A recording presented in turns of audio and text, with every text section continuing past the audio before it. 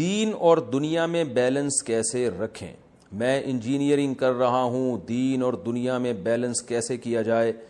نیز دنیا کی زیادہ کامیابی حاصل کرنا دین کے حساب سے کیسا ہے؟ محمد اظہر صاحب انڈیا سے۔ یہ وہی اظہر صاحب ہیں جن کو ابھی فجر میں ان کو اٹھنا مشکل ہو رہا تھا۔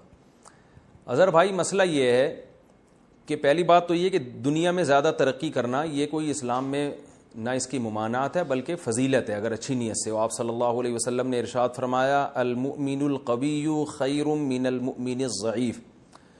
طاقتور مومن کمزور مومن سے اللہ کو زیادہ محبوب ہے، زیادہ بہتر ہے وہ۔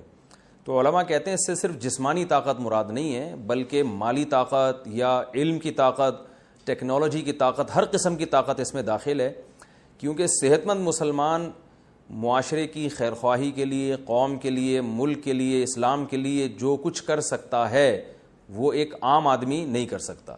تو آپ ترقی کریں، پیسہ بھی خوب کمائیں اس نیت سے کہ آپ اسے خیر کے کاموں میں خرچ کریں گے، تو اس نیت سے پیسہ کمائیں۔ بعض صحابہ کے پاس اتنی دولت تھی، ہمارے ہاں جامع الرشید میں اس پہ ایک تحقیق ہوئی ہے کہ جو مالدار صحابہ تھے جنہوں نے اسلام کے لیے پیسہ خرچ کیا، ان کے سرمائے کتنے تھے؟ تو 5 ارب روپے اس زمانے کے حساب سے ان کے سرمائے تھے۔ تو جو مالدار صحابہ جن میں حضرت ابو بکر بھی ہیں، حضرت عثمان بھی ہیں، حضرت عبد الرحمن ابن عوف بھی ہیں، مغیرہ ابن شعبہ رضی اللہ عنہم، یہ سارے صحابہ۔ تو اس لیے یہ کوئی برا نہیں ہے، لیکن بیلنس کا مطلب یہ ہے، بیلنس رکھنا ہے۔ پہلی بات یہ کہ حدیث میں آتا ہے، آپ صلی اللہ علیہ وسلم نے فرمایا، اجملوا فی الطلب، کسی بھی چیز کو طلب کرنے میں اعتدال سے کام لو۔ ایسا نہ ہو انجینئرنگ کر رہے ہیں آپ یا ایجوکیشن یا پڑھائی میں یا پیسے کمانے میں آپ معذرت کے ساتھ خرکار کے گدھے نہ بن جائیں۔ معذرت تھوڑا سا سخت لفظ میں استعمال کر رہا ہوں، جیسے گدھا ہوتا ہے نا، ہر وقت اس پہ لوڈ ہوتا ہے۔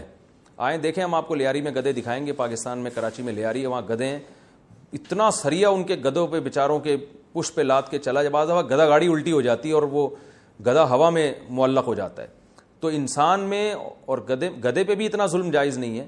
تو آپ تو انسان ہیں، تو اپنے اوپر اتنا بوجھ ڈالنا جس سے صحت خراب ہونا شروع ہو جائے اور شریعت کے فرائض و واجبات چھوٹنا شروع ہو جائیں، یہ بالکل جائز نہیں ہے۔ تو ایکسرسائز کا بھی ٹائم نکالیں، نیند کا بھی ٹائم نکالیں، اگر آپ شادی شدہ ہیں تو بیوی بچوں کے لیے بھی ٹائم نکالیں، والدین بہن بھائیوں کے لیے بھی ٹائم نکالیں، اور 5 ٹائم نمازیں ہیں ان کے لیے روزانہ کم سے کم 1 پارہ تلاوت، اور صبح و شام جو 100 مرتبہ تسبیحات ہیں، تیسرے کلمے کی، درود شریف، استغفار، وہ 100 مرتبہ اس کے لیے ٹائم نکالیں۔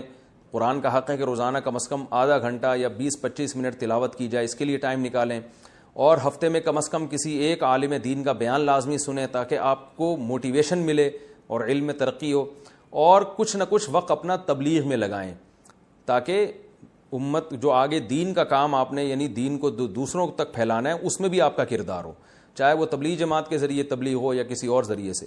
تو یہ موٹے موٹے کام اگر آپ کرتے ہیں تو یہ انشاءاللہ اس کی علامت ہے کہ آپ کی لائف میں ایک توازن ہے، بیلنس ہے۔